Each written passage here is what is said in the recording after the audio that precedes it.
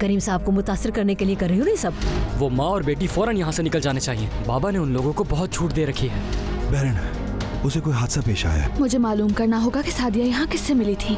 क्या सादिया साहिबा के सारे बच्चे आपके सामने ही पैदा हुए हैं? मेरा इस घर के मुलाजमीन से कोई लेना देना नहीं। वो मुझे पसंद है या नहीं, इससे कोई फर्क नहीं पड़ता। मेरा यहाँ रहने का मकसद सिर्फ यही है कि मैं यहाँ महफूज हूँ। तुम्हारे ये झूठ और फरेब सिर्फ करीम को ही बेवकूफ बना सकते हैं। ऐसा कभी मत सोचना कि तुम बिल्कुल भी मायने नहीं रखती मेरे लिए। तुम मेरे लिए कितनी जरूरी हो अंदाजा नहीं है तुम्हें। तुम भी मेरे लिए बहुत जरूरी हो अली।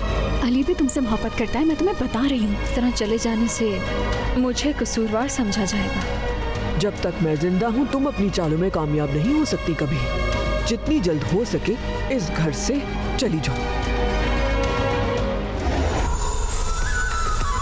देखिए ड्रामा सीरियल इश्क एक गुनाह आज रात 7 बजे सिर्फ AAN TV पर।